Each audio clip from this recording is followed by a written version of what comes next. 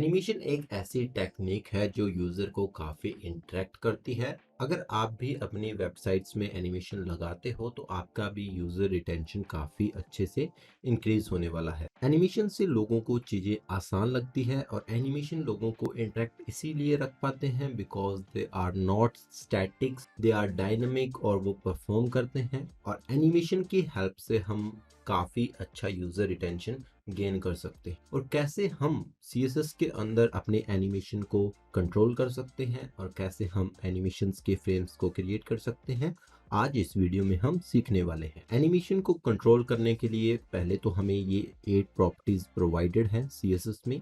इसके अलावा भी कुछ प्रॉपर्टीज है लेकिन उनको हम यूज़ नहीं करते। तो ये 8 प्रॉपर्टीज हम कवर करेंगे इस वीडियो में।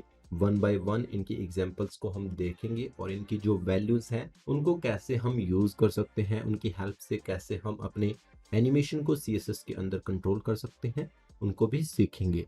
लेकिन इन सब से पहले हमें एनिमेशन के फ्रेम्स बनाना ज़रूरी है। इसीलिए CSS में हमें एक कीवर्ड मिलता है जो कि है की फ्रेम्स, जिसकी हेल्प से हम एनिमेशंस की फ्रेम्स को बनाते हैं। तो सबसे पहले मैंने बेसिक HTML को सेटअप कर रखा है। इसके अंदर मेरे पास एक डिव है जिसकी क्लास है बॉक्स। तो बॉक्स के अंदर ही हमें एनिमेशन लगाना है और बॉक्स को ही हम एनिमेट करेंगे। तो इसके लिए सबसे पहले मुझे बनाने हैं अपने की फ्रेम्स। तो मैं यहाँ पे टाइप करता हूँ की फ्रेम्स और जो आइडेंटिफायर है आप यहाँ पे कोई भी आइडेंटिफायर यूज कर सकते हैं, कोई भी नाम आप यूज कर सकते हैं। यहाँ पर आपको कोई भी रिस्ट्रिक्शंस नहीं रहेंगी। तो मैं यहाँ पे एनिमेशन का नेम यूज करता हूँ माई एनिम और सेव कर दूंगा। और इसके बाद जब भी हम फ्रेम्स बनाते हैं तो हम दो टेक्नोलॉजीज या फिर दो टेक्निक्स का यूज कर सकते हैं। पहली तो है हमारी फ्रॉम टू, जिसको मैं टाइप करूंगा। तो सबसे पहले मैं टाइप करूंगा फ्रॉम और इसके बाद मैं टाइप करूंगा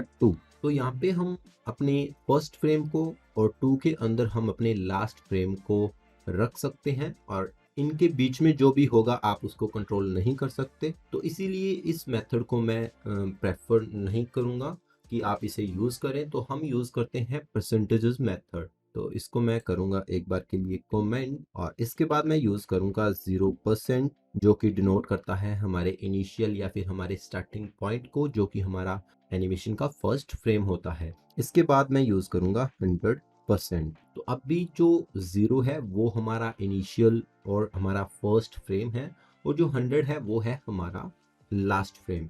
और इसके बीच में हम बहुत सारे फ्रेम्स को एडजस्ट कर सकते हैं, लाइक 1% पे, 2% पे या फिर 50% पे।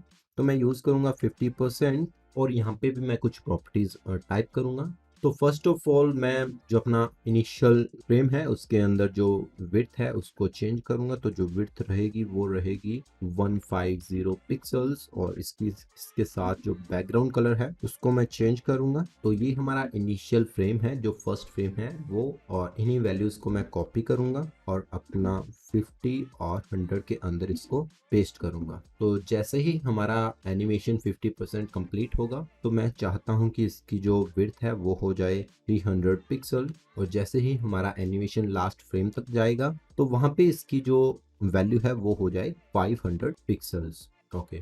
तो इसी के साथ जो इनके बैकग्राउंड कलर है उनको मैं चेंज करूंगा। तो बैकग्राउंड कलर मैंने सभी के चेंज कर दिए हैं और अब हम अपनी एनिमेशन प्रॉपर्टीज का यूज करेंगे। तो सबसे पहले मैं आऊंगा अपने बॉक्स के अंदर और यहाँ पे मैं यूज करूंगा एनिमेशन नेम और यहाँ पे हमने जो आइडेंटिफाई यूज किया था वही यहाँ पे हम टाइप करेंगे। तो मैं यूज करूंगा माई एनिम का और सेव करूंगा और इसके बाद हम यूज करेंगे एनिमेशन ड्यूरेशन। तो यहाँ पे मैं या तो दे सकता हूँ इसे मिली सेकेंड्स में या फिर मैं इसे दे सकता हूँ टाइम अपने सेकंड्स में। तो ये बेसिकली डिनोट करता है हमारे एनिमेशन टाइम को, कि अगर हमारा एनिमेशन कंप्लीट होगा तो वो कंप्लीट होने में कितना टाइम लेगा, उसी को हम यहाँ पे टाइप करते हैं। तो मैं चाहता हूँ कि जो मेरा एनिमेशन है, इस वीडियो के अंदर जो एनिमेशन मैं यूज कर रहा हूँ उसको कंप्लीट होने में 5 सेकंड्स लगने चाहिए। तो अभी जो मेरा एनिमेशन है वो 5 सेकंड्स के अंदर पूरा होगा। इसके बाद जो नेक्स्ट प्रॉपर्टी है वो है एनिमेशन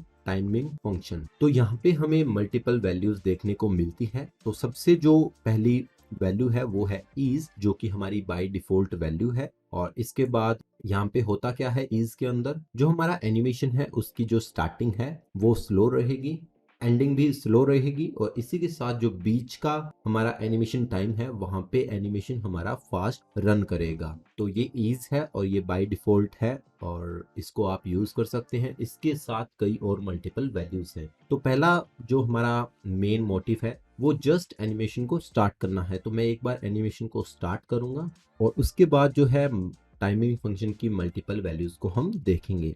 तो मैं यहाँ पे एनिमेशन इटरेशन काउंट जो है उसको लगाऊंगा। तो बेसिकली हम इसमें या तो इनफिनाइट का यूज कर सकते हैं जहाँ पे हमारा एनिमेशन है वो चलता ही रहता है। इस केस में आपका एनिमेशन कभी भी स्लो डाउन नहीं होगा, कभी भी रुकेगा नहीं, तो ये इनफिनाइट टाइम तक चलेगा। और इसी के साथ इसमें हम कुछ न्यूमेरिक वैल्यूज दे सकते हैं लाइक 1 2 6 या फिर 8। जो भी न्यूमेरिक वैल्यू आप दोगे उतने ही टाइम आपका एनिमेशन रन होगा। तो मैं यहाँ पे एंटर करता हूँ 2 और जैसे ही मैंने सेव किया इसको और सेव करने के बाद मैं एक बार अपने एनिमेशन को चलाने की कोशिश करूंगा। तो मेरा जो एनिमेशन है वो पहले तो रुका अपने 50% पे और उसके बाद वो कंप्लीट होगा 100% पे जो कि इसका लास्ट फ्रेम था और अभी वो अपनी इनिशियल वैल्यूज या फिर इनिशियल स्टेज पे आ चुका है। तो एक बार और अगर मैं इसको रिफ्रेश करूंगा तो हमारा एनिमेशन चलेगा अपने फर्स्ट फ्रेम से जो कि है इसका विड्थ 150 पिक्सल्स।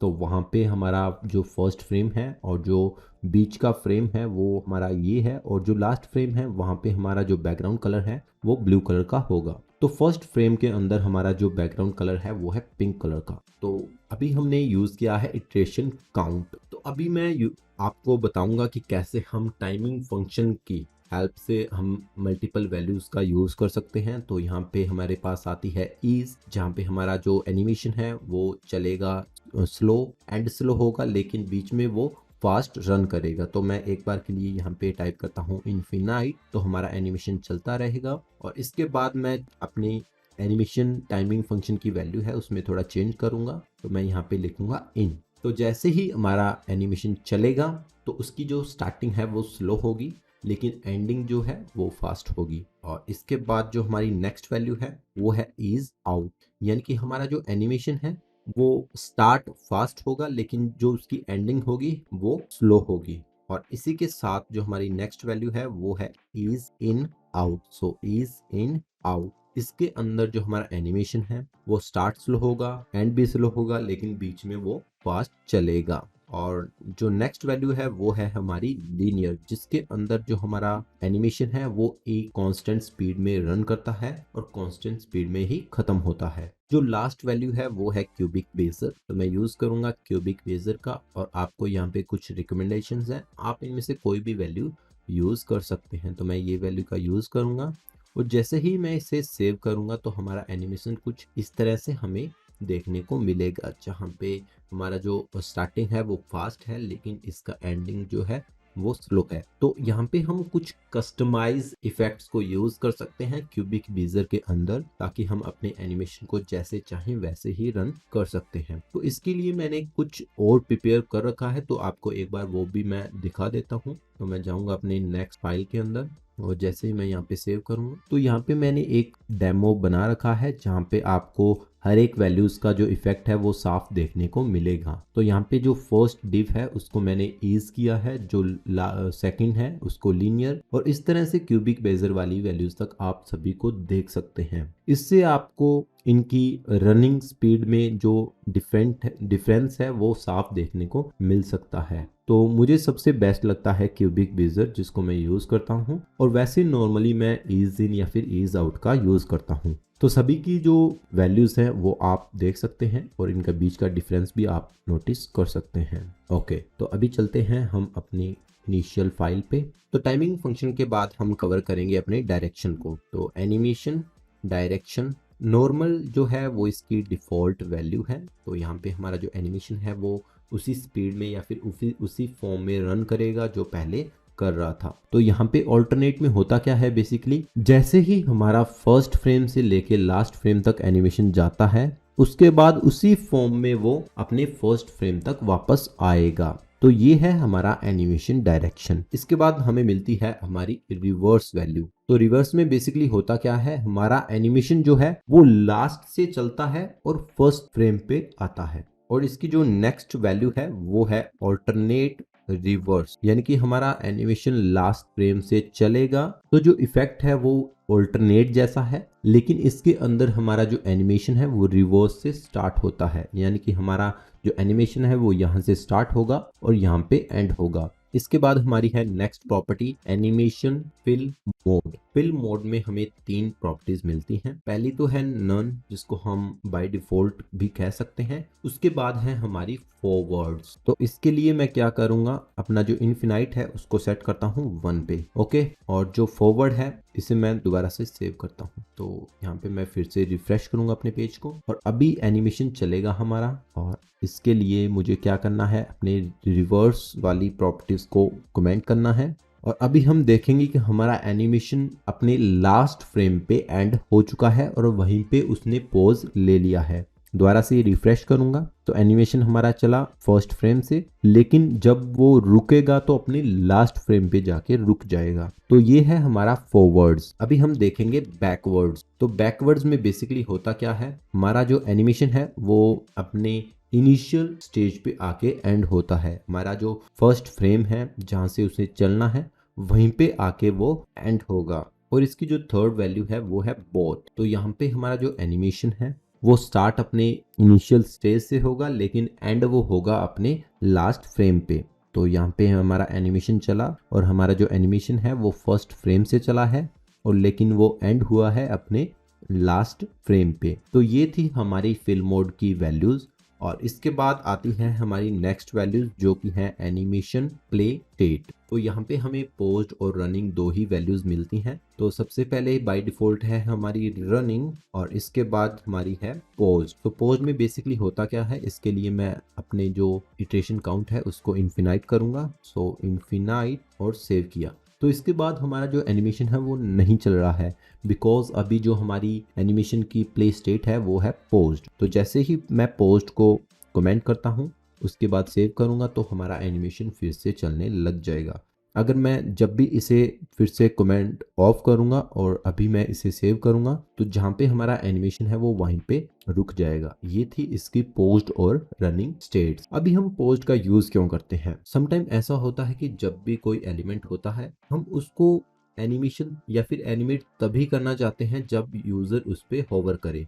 तो इसकी एक एग्जांपल मैं आपको दिखाता हूँ। तो मेरा जो क्लास सिलेक्टर है उसको यूज़ करूँगा, उसके बाद मैं यूज़ करूँगा होवर का और यहाँ पे मैं यूज़ करूँगा एनिमेशन प्ले स्टेट और यहाँ पे मैं टाइप करूँगा रनिंग, ओके। तो जैसे ही मैं इस बॉक्स पे होवर करूँगा तो हमारा जो प्ले स्टेट है बॉक्स का वो रनिंग में आ जाएगा और बेसिकली वैसे वो पोस्ट में है। तो जैसे ही मैंने इस पे होवर किया तो हमारा जो एनिमेशन है वो फिर से चलने लग जाएगा, उसकी जो स्टेट है वो रनिंग में आ जाएगी। तो कई बार हम ऐसे एलिमेंट्स पे एनिमेशन लगाते हैं कि उनको हम एनिमेट तभी करना चाहते हैं जब यूज़र उससे इंटरेक्ट करे। तो उसके लिए हम यूज़ कर सकते हैं अपनी एनिमेशन प्ले स्टेट को। तो इसके बाद हमारे पास एक और एनिमेशन की जो वैल्यू है वो है, तो एक बार मैं पोस्ट को करता हूँ कमेंट और इसके बाद जो लास्ट वैल्यू है वो है हमारी एनिमेशन डिले और इसके लिए भी हम मिली सेकेंड्स या फिर सेकेंड्स का यूज़ करते हैं। तो मैं यहाँ पे यूज़ करता हूँ 3 सेकेंड्स का और इसे सेव करूँगा और सेव करने के बाद मैं इसे फिर से रिफ्रेश करूँगा।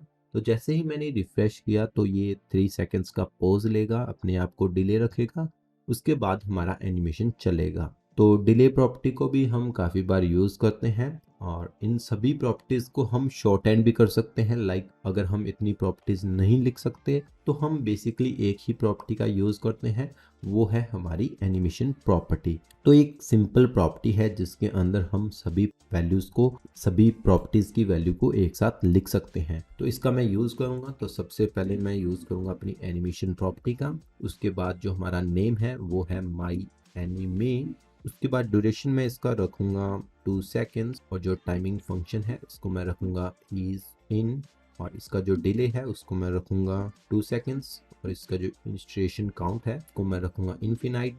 डायरेक्शन हमारी रहेगी I think reverse is better and जो फिल मोड है उसको मैं रखूँगा बॉल।